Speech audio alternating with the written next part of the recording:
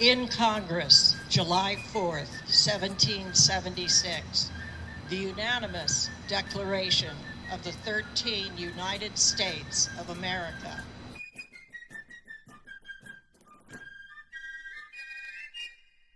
When, in the course of human events, it becomes necessary for one people to dissolve the political bands which have connected them with another, and to assume among the powers of the earth the separate and equal station to which the laws of nature and nature's God entitle them.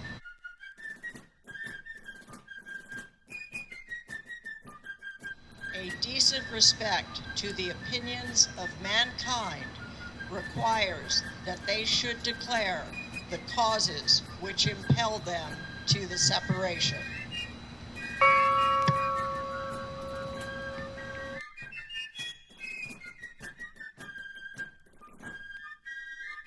We hold these truths to be self-evident, that all men are created equal, that they are endowed by their Creator with certain unalienable rights, that among these are life, liberty, and the pursuit of happiness, that to secure these rights, governments are instituted among men, deriving their just powers from the consent of the governed, that whenever any form of government becomes destructive to these ends, it is the right of the people to alter or abolish it, and to institute new government, laying its foundation on such principles and organizing its powers in such form as to them shall seem most likely to effect their happiness, their safety and happiness. Prudence, indeed, will dictate that governments long established should not be changed for light or transient causes. And accordingly, all experiences have shown that mankind are more disposed to suffer, while evils are sufferable, than to right themselves by abolishing the forms to which they are accustomed.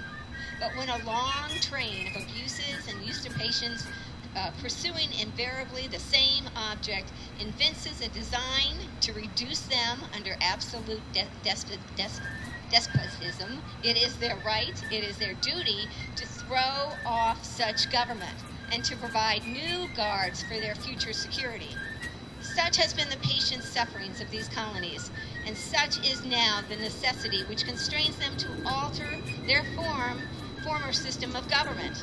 The history of the present King of the Great Britain is a history of repeated injuries and usurpations, all having in direct object the establishment of an absolute tyranny over these states, and to prove this, let facts be submitted to the candid world. Thank you.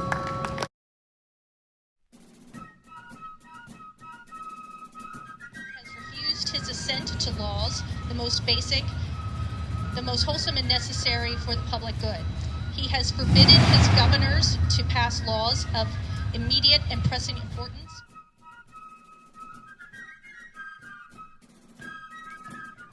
In every stage of these oppressions, we have petitioned for redress in the most humble terms. Our repeated petitions have been answered only by repeated injury. Georgia, Button Gwinnett, Lyman Hall, George Walton. North Carolina, William Hooper, Joseph Hughes, John Penn. South Carolina, Edward Rutledge, Thomas Hayward Jr., Thomas Lynch Jr., Arthur Middleton.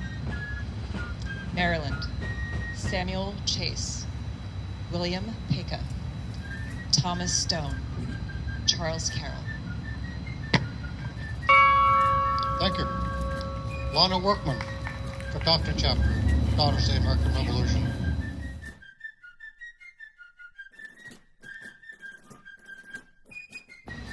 Virginia, George White, Richard Henry Lee, Thomas Jefferson, Benjamin Harrison, Thomas Nelson Jr., Francis Lightfoot Lee, Carter Braxton.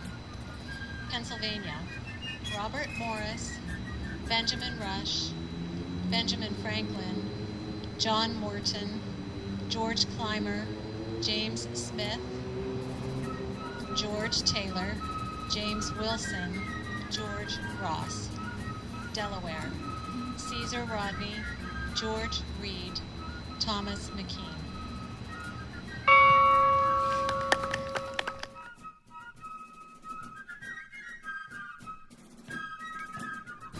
Signers from New York: William Floyd, Philip Livingston, Francis Lewis, and Lewis Morris.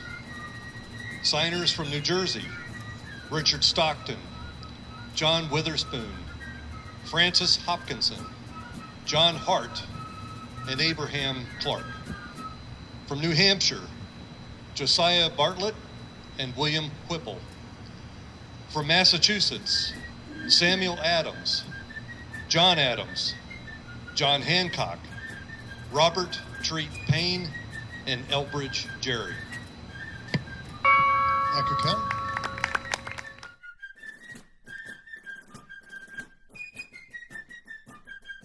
The signers from Rhode Island: Stephen Hopkins, William Ellery. Signers from Connecticut: Roger Sherman, Samuel Huntington, William Williams, Oliver Wolcott. From New Hampshire also, Matthew Thornton.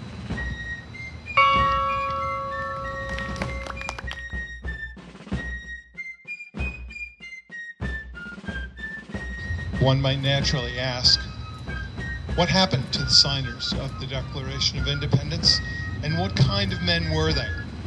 24 were lawyers and judges, 11 were merchants, 9 were farmers or large plantation owners. They were men of means and generally well-educated. They were not wild-eyed, rabble-rousing ruffians.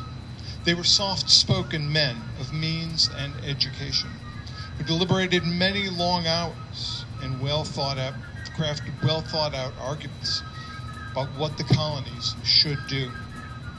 But what happened to them? A few were captured by the British. Many had their homes ransacked and burned. Some lost their sons serving in the Revolution. Some had sons captured. Several fought and died from wounds or hardships of the war. Many lost everything they had, including family and property.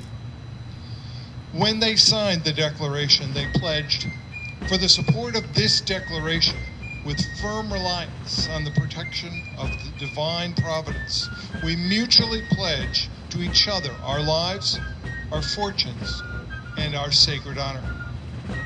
They all upheld that pledge, and several gave their lives and fortunes.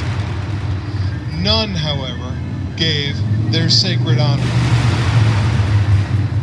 And they did it all so that we may have the country we have today. Let freedom ring! Let freedom ring!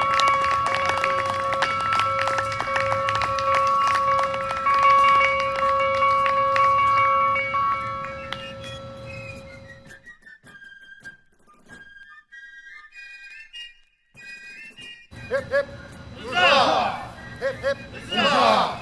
Hip, hip, huzzah! We're now going to review the presentations